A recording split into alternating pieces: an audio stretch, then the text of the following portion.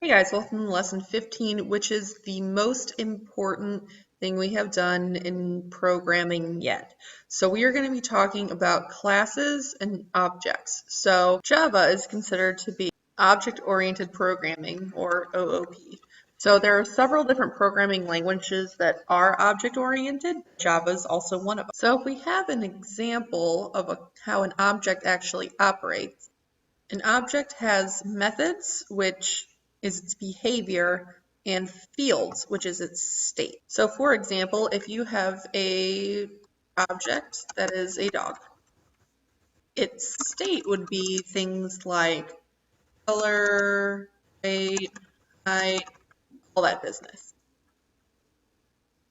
And its methods are its behavior. So like wagging, barking, all that kind of stuff.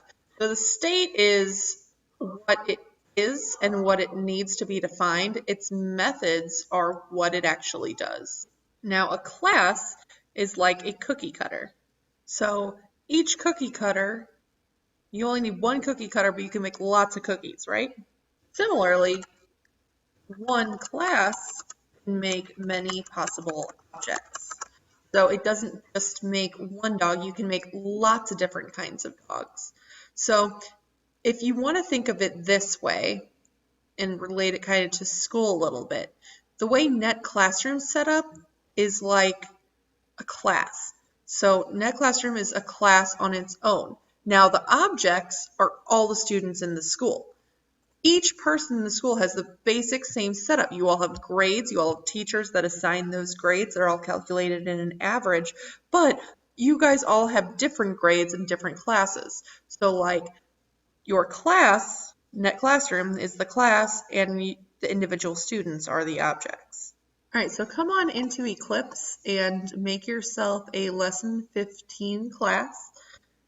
And now we're going to start actually seeing what this is for up here. So we're going to create a new class called Lesson 15. And don't forget to put in your comment block at the top. All right, and we're going to do something a little different than what we've done in the past. So what we're going to create with this lesson is we're going to create two different Java files that are going to work together. So click on your source again, add a new class, and we're going to name it Circle. But before you press enter, do not check public static void main. Leave that box unchecked and click finish. So this circle is going to be our cookie cutter. So put in your comment block at the top, and we're going to call this the circle class. We're going to say creates lots of different circles. That's what cookie cutters do. They don't just make one cookie, they make lots of cookies. And I'm also going to even off my things there. There we go. And I just have lesson 15 and circle open. So I would recommend you guys do the same. So close out anything else that you have just because we're tying these together. So it'll be a little less confusing for you. All right, so for this part, I'm going to be kind of throwing some vocabulary at you guys. And I'm also going to be throwing some how you write this information at you. You may not understand what you're doing right away, but it will make sense the more we use it and the more you kind of see how it works. So you just got to bear with me for a little bit. So the first thing that we have to include in our class is a constructor. And what we're going to do in this constructor is it's called circle. So it's going to specify the radius of a circle. Okay, so we're going to come down and we're going to say public circle, and we're going to take in double R. So if you notice that our constructor has the same name as our class, this is not an accident. It must happen every time.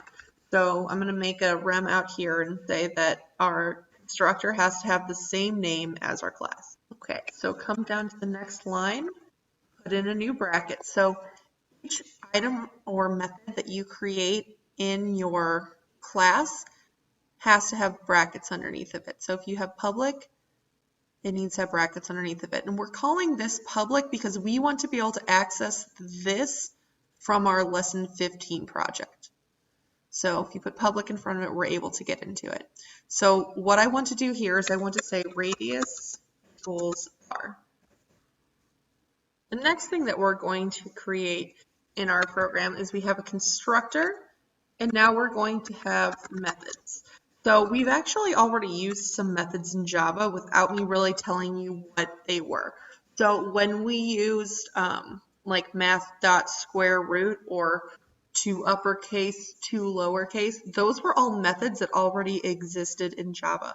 But what we're going to be able to do now that we're learning this is we're going to be able to create our own methods and be able to reference them. So methods perform an action. If you look back to your practice 3 part 2 that we did for lesson 3 way back, we learned about substring. So if you look here with substring was the method that we used. We've already been using methods and you guys didn't even realize it. And look, we sent it parameters. We sent it 4 and 10. So we said from index 4 to index 10, print that substring. So that's what just happened with this radius. We were just sent a double. This double is imported as r. And now we're setting r to become our radius. So now let's create some methods that you would do with a circle. So one of the methods that people usually need to do with a circle is find the area. So I'm going to call it public.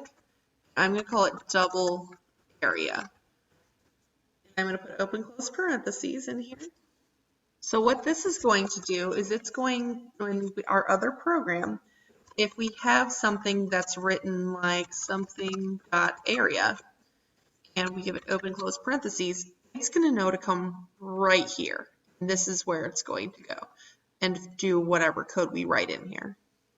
So now we've created a method, put brackets underneath of it, and we're going to call this double A because we've already used the word area. We can't use it again. So double A equals, and you calculate area by pi r squared. So math.pi, you could probably figure out which one's the method now, times radius times radius. Or you could do a math.pow radius 2.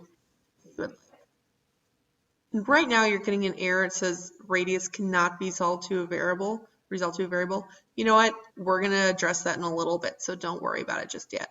Go ahead and continue on with the second video for lesson 15.